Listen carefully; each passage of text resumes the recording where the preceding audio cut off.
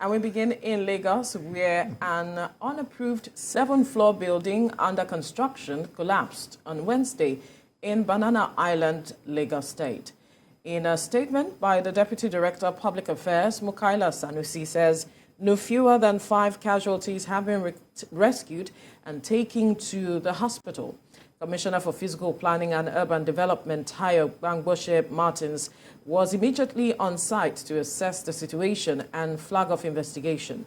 The Lagos State government has called on the public to remain calm and expect further information from the ministry as we know more. The federal government has taken steps to improve security at rail stations across the country by approving a contract for the purchase of baggage scanners that will be installed at all train stations in the country. Now, this week's Federal Executive Council meeting, chaired by Vice President Yemi Osinbajo, also approved 6 billion naira for a 2-year maintenance contract for Third Mainland Bridge in Lagos. TVC News State House correspondent Femi Akonde has details. Nigeria's rail transport system has become a soft target for terrorists, bandits and criminals. They have carried out several attacks that led to deaths, kidnaps and destruction. This has also forced the authorities to temporarily halt rail transport across some parts of the country until safety is assured and guaranteed. But this week's Federal Executive Council meeting approved 95 million naira for the purchase and installation of baggage scanners at train stations across the country. The Federal Executive Council agreed with us and has approved that contract for scanners to be installed at railway stations so that when people get there and they have goods, they can pass through the scanners and we can be sure that there's nothing that can destroy, there's something that can cause violence or inflict danger or bring lives and property at stake.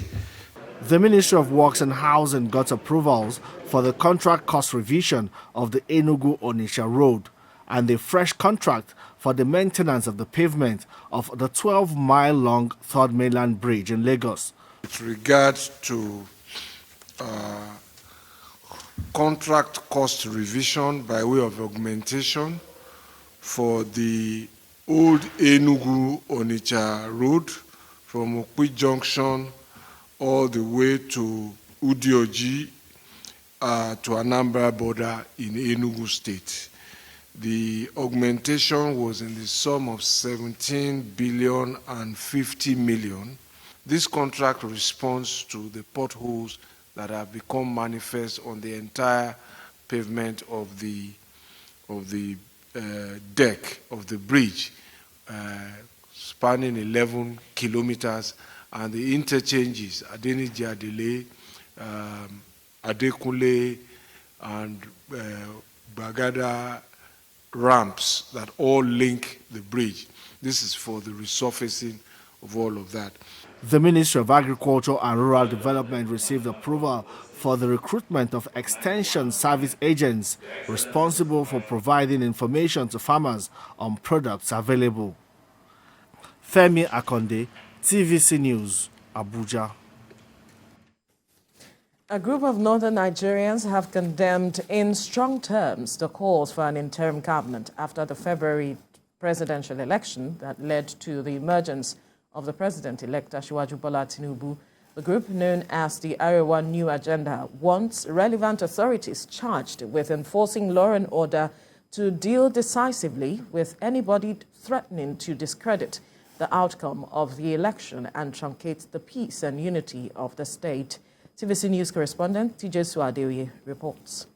Talks about a plot for an interim government is getting more knocks and condemnations from a cross-section of Nigerians. Many individuals and groups have come out openly to condemn the idea, describing it as treasonable and seditious.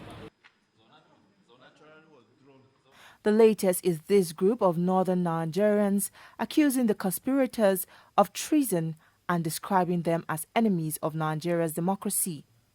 They want the authorities to take swift action and deal decisively with such persons who are putting the peace and unity of the country at risk. The great news in this national issue is that the alleged culprits have been unmasked. We say kudos to the DSS. We urge them to proceed to deal firmly with such persons, no matter who they are, in accordance with the laid down process of law. We further urge that authorities concerned be swift in taking action and advocated here to serve as a deterrent to others who may be harboring such intentions or are under the illusion that sedition pays. The group urges aggrieved presidential candidates and their political parties to seek redress in court and follow the laid-down constitutional process of challenging the results of an election. The only remedy that is left in a situation like that is to go to court. And we are very happy that people are already in court. Those outside the court, if they are interested to know what really happened, can always go to court. The court is open. It's a public place where people ventilate their grievances. The group also calls on other Nigerians to close ranks and support security agencies to fish out those planning to truncate the Nigeria's democracy. Tijesu Adeoye, TVC News, Abuja. The people of Angwai community in Asaba, the Delta State capital, wants the federal and state governments to quickly address the incessant killings in their area by hoodlums. The people who took their protest to Government House, Asaba, say they are daily living in fear as hoodlums operate unhindered, with security personnel not doing anything to address these killings. Ikenna Mechi has details. Armed with placards of various inscriptions, the people of Awan community are here in the Delta State Government House to express their displeasure over the rising insecurity in their area, making them to daily live in fear.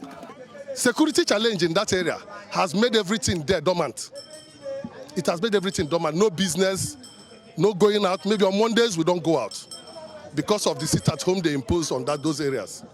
And because of the clean, we have to adhere to their instruction. Not that we are happy about it.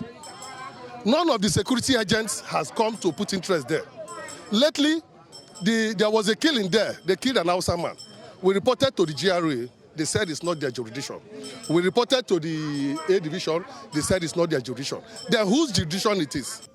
The paramount ruler of the community, who presented their list of demands to the Chief of Staff, urges Governor Ifeanyi Okowa to do something about the fallow land in the area. So we are urging the governor to say he should please passionately help us. We are having serious security issues. The governor should try and do something. They should acquire, either they acquire and return back to the original owners, or revoke the allocation they gave to the federal agency and give the land to people who will come and develop the land. This is just a stone throw from the government house. This issue you have raised, I will bring it to the attention of the governor. I will equally bring it to the attention of the Commissioner for Police. We'll look objectively into it. We'll look into the laws of the land. We'll look into the purpose for which it was acquired. This is the 100 hectares of land acquired by the Delta State government in 2012 and handed over to the Federal Housing Authority for the development of low-cost housing, but nothing has been done here, making it a hideout for criminals.